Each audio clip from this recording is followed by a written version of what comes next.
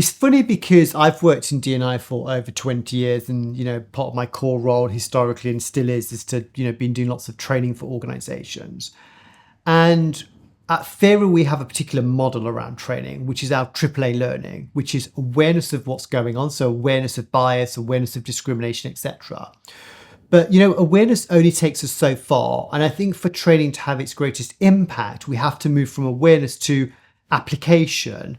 So how does this stuff on unconscious bias play out in your own organization, in your own region, in your own location, in your own role, in your own function? So, moving from awareness to application is really critical. So that creates some stickiness in terms of, this stuff makes sense to me and I can see the linkages.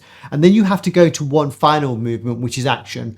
So the AAA learning model is around awareness, application, and action. And it's the action part which starts to drive the differentials in terms of behavior, which then moves towards the impact that we're looking for. So for us, it's about awareness. What is unconscious bias? What is inclusive leadership? What is conscious inclusion? How does that play out for you? And now you know what it is and how it plays out. What is it that you are going to do about that? And then the final thing that I'd say about that is making sure that once people create actions, having some kind of accountability around, you've established what you're going to do. Now tell us when you're going to do it and what success looks like for you, and having some kind of measure in terms of that accountability. So without that AAA learning, most organizations are still operating on the awareness model, which is not driving the change that we basically want to see.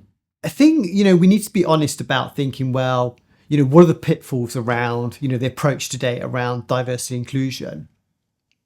And I think there are a number. I think for me, one of the greatest ones is around, particularly when we're doing training, and I say this as a D&I professional who's worked in this space for over 20 years, we can tend to go into parent-child mode. So we, as the diversity inclusion expert, we're the adult and we're gonna train all the children in the room. And I think the problem with that dynamic is it does a couple of things. It puts us on a kind of we know everything and you don't know anything.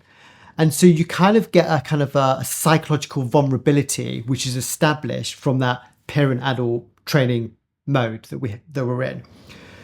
The other thing that I think is really important, particularly around training, is having the license to be curious, to question, to say, hey, you know what, this stuff is new to me. I don't know what it is. I'm not clued up on the latest language. And I don't want you to make me feel bad for that. I want you to give me the license to question and learn and grow. And I do think that we've entered a bit of a situation where that ability to be curious and learn and grow is dying because of identity politics. And I think we as D&I professionals need to, be honest with ourselves and ask ourselves some questions, as in, what is our role in this? How are we contributing to making other people feel psychologically vulnerable? And how can we even change our own behaviours to make sure that we are creating spaces, learning spaces where we're promoting psychological safety as opposed to psychological vulnerability?